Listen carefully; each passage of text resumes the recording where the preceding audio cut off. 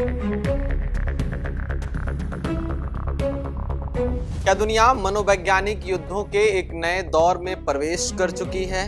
क्या हम आधुनिकता के अतिवाद की आखिरी चोटी पर बैठ चुके हैं, जहां से युद्ध के लिए सेनाएं, बंदूकें, तलवारें, घोड़े और घुड़सवार, ढाल, मसाले बहुत बौनी चीजें लगने लगी हैं?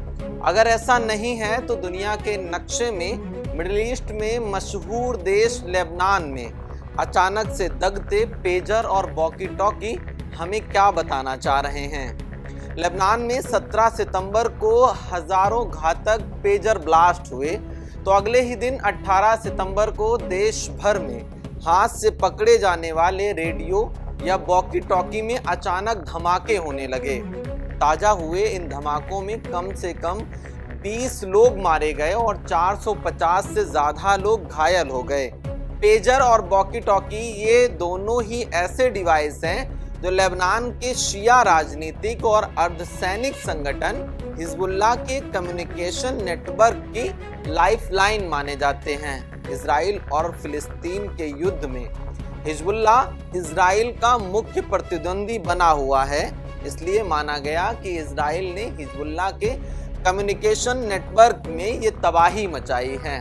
तो अब सवाल है कि क्या इजराइल दुनिया भर को एक नए और अत्याधुनिक युद्ध की अवधारणा को चरितार्थ करके दिखाना चाहता है, जहां अत्याधुनिक टेक्नोलॉजी के बल पर अपने दुश्मन को बगैर उसके क्षेत्र में प्रवेश किए बिना ही उसी के संयंत्र से उसे मारा जा सकता है?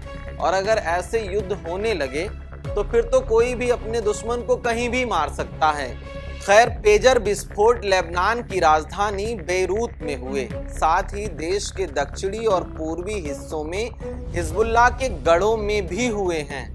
कुछ विस्फोट उस समय हुए जब पेजर हमलों के पीड़ितों के अंतिम संस्कार किए जा रहे थे। बीते मंगलवार के विस्फोटों में मरने वालों की संख्या बढ़कर 12 हो गई है, जबकि 3000 लोग घायल हैं। ये इतना बड़ा आंकड़ा है जो किसी देश में त्राहिमाम लाने के लिए काफी है। इन हमलों की सबसे दर्दनाक बात यह है कि इन हमलों में पीड़ित होने वालों में बच्चे और स्वास्थ्य कर्मी भी शामिल हैं। तनाव दोनों तरफ से भरपूर बढ़ गया है।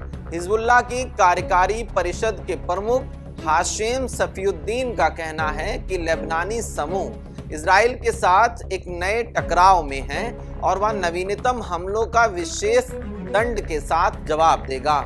लेबनान के विदेश मंत्री ने चेतावनी दी है कि लेबनान की संप्रभुता और सुरक्षा पर जबरदस्त हमला एक खतरनाक घटनाक्रम है जो एक व्यापक युद्ध का संकेत हो सकता है। इजराइल की ओर से कोई टिप्पणी नहीं की गई है, लेकिन देश के रक्षा मंत्री योआव गैलेंट ने इजरायली सैनिकों से कहा कि गुरुत्वाकर्षण का केंद्र लेबनान की सीमा की ओर उत्तर की ओर बढ़ रहा है और हम युद्ध के एक नए चरण की शुरुआत में हैं।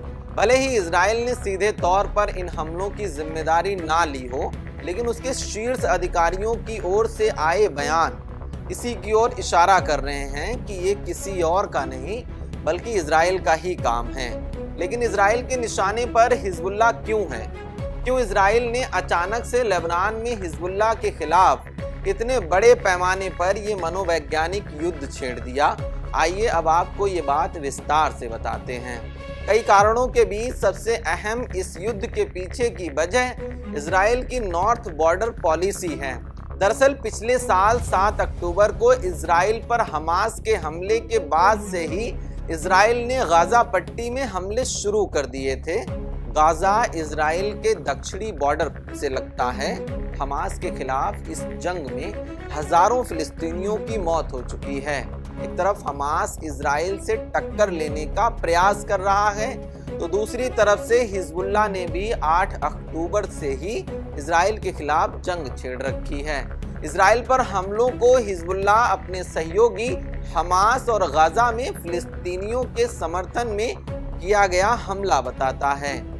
गाजा पट्टी पर इजराइल के युद्ध में कम से कम अब तक 41,272 लोग मारे गए हैं और 95,551 घायल हुए हैं। इजराइल में 7 अक्टूबर को हमास के नेतृत्व वाले हमलों में मारे गए लोगों की संख्या कम से कम 1139 थी, जबकि हमास ने 200 से अधिक लोगों को बंदी बना लिया था। मतलब हमास 1139 मौतों के बदले की कीमत 41,272 से चुका है और ना जाने कितनी चुकाएगा। इजराइल पर हर तरफ से मुस्लिम देशों का घेराव है। इसका उत्तर का हिस्सा लेबनान से लगता है, उत्तर पूर्व में सीरिया, पूर्व और दक्षिण पूर्व में जॉर्डन, दक्षिण पश्चिम में मिस्र और दक्षिण में लाल सागर है। उत्तरी इजराइल के कई इलाकों को लेकर लेबनान के साथ मतभेद हैं और हिजबुल्लाह इन इलाकों पर इजराइल के कब्जे को अवैध मानता है।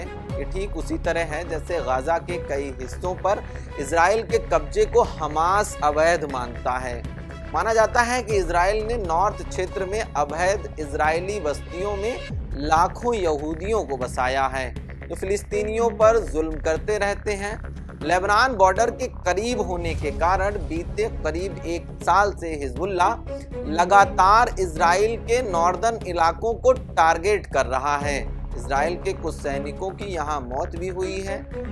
हिजबुल्लाह के हमलों की वजह से करीब 60,000 यहूदियों को नॉर्दर्न का इलाका इजराइल वाला छोड़ना पड़ा है। यही वजह है कि इजरायली प्रधानमंत्री बेंजामिन नेतन्याहू ने सोमवार को सुरक्षा कैबिनेट मीटिंग के दौरान युद्ध के नए लक्ष्यों में इसे शामिल किया है। प्रधानमंत्री कार्यालय की ओर से बताया गया कि इजराइल ने देश के उत्तरी भाग में रहने वाले निवासियों की सुरक्षित वापसी को अपना आधिकारिक युद्ध लक्ष्य बना लिया है। साथ ही कहा गया कि इजराइल इस लक्ष्य की प्राप्ति के लिए अपनी कार्रवाई को जारी रखेगा। लेबनान में अचानक हुए इन धमाकों को इजराइल की इसी कार्रवाई का हिस्सा माना जा रहा है। हिजबुल्लाह के साथ इजराइल की अदावत दशकों पुरानी है, लेकिन मौजूदा स्थिति में इजराइल के लिए नॉर्दर्न हिस्से में यहूदियों की सुरक्षित वापसी साख का सवाल बन गई है। इजरायली सेना के प्रमुख जनरल हर्जी हलेवी ने बुधवार को उत्तरी कमान का दौरा किया। इस दौरान उन्होंने कहा कि इजरायली सेना अब भी ऐसी क्षमताओं से लैस है जिसका प्रदर्शन अब तक नहीं किया गया है। उन्होंने कहा कि जब इजरायली सेना युद्ध के किसी चरण को अंजाम दे रही होती है तो अगले 2 चरणों के लिए तैयारी पहले से ही पूरी कर ली जाती है। हलेवी ने कहा कि युद्ध के हर चरण में हिजबुल्लाह को अधिक कीमत चुकानी पड़ेगी। आईडीएफ चीफ के इन बयानों से साफ है कि इजराइल ने हिजबुल्लाह के खिलाफ फुल प्रूफ प्लान तैयार कर रखा है। एक एक कर जब इन योजनाओं को एक्टिवेट किया जाएगा तो लेबनान से तबाही की तस्वीरें और सामने आती रहेंगी। अब तक जंग के मैदान में इजराइल को बैकफुट पर खेलते हुए नहीं देखा गया है और हिजबुल्लाह के कम्युनिकेशन सिस्टम में मची तबाही भी इसी का उदाहरण है। करीब 1 साल से जारी इस जंग में एक तरफ हमास की कैद में अभी भी 97 इजरायली बंधक हैं, तो दूसरी ओर हिजबुल्लाह की दहशत से खाली हुआ उत्तरी इजराइल का इलाका है। यही नहीं, यमन के हूती विद्रोहियों की मिसाइल जब तेल अवीव पहुंची तो इससे इजराइल की ताकत पर सवाल उठने लगे। इन तमाम सवालों के बीच इजराइल ने एक बार फिर आक्रामक अंदाज को तेज कर दिया है। इसी कड़ी में इजराइल ने लेबनान बॉर्डर पर करीब 20,000 सैनिकों की तैनाती कर दी है। यानी अब वो गजा की तरह लेबनान में भी सैन्य ऑपरेशन के लिए तैयार है। इजराइल हिजबुल्लाह के खिलाफ वैसी ही रणनीति अपना रहा है जैसी उसने हमास के खिलाफ अपनाई थी। इजराइल ने गजा में जब जमीनी ऑपरेशन शुरू किया था तो उससे पहले हमलों के जरिए पहले हमास को कमजोर किया। इससे जमीनी ऑपरेशन करने में कम चुनौतियों का सामना करना पड़ा। ठीक उसी तरह इजराइल अब हिजबुल्लाह के खिलाफ अभियान चला रहा है। इन धमाकों के जरिए इजराइल ने हिजबुल्लाह पर दोहरा प्रहार किया है। पहला, हिजबुल्लाह के संचार तंत्र को तबाह कर दिया और दूसरा, हिजबुल्लाह के हजारों लड़ाकों के घायल होने से ये संगठन काफी कमजोर हो गया। साफ है, इजराइल के लिए लेबनान की सीमा में घुसकर अब हिजबुल्लाह के खिलाफ सैन्य ऑपरेशन चलाना आसान हो गया है। तो वहीं दूसरी तरफ इजराइल पर यह दबाव है कि संयुक्त राष्ट्र महासभा ने एक प्रस्ताव को भारी बहुमत से पारित किया जिसमें इजराइल से 1 वर्ष के भीतर फिलिस्तीनी क्षेत्रों पर अपने अवैध कब्जे को समाप्त करने का आह्वान किया है। फिलहाल अभी के लिए इतना ही। मेरा नाम खुशनूर है और आप पंजाब केसरी टीवी देख रहे हैं। बहुत बहुत शुक्रिया आपका। आदाब, नमस्कार। हमसे जुड़े रहने के लिए हमारे YouTube चैनल को सब्सक्राइब करें और नई वीडियो की नोटिफिकेशन के लिए बेल आइकॉन को दबाएं।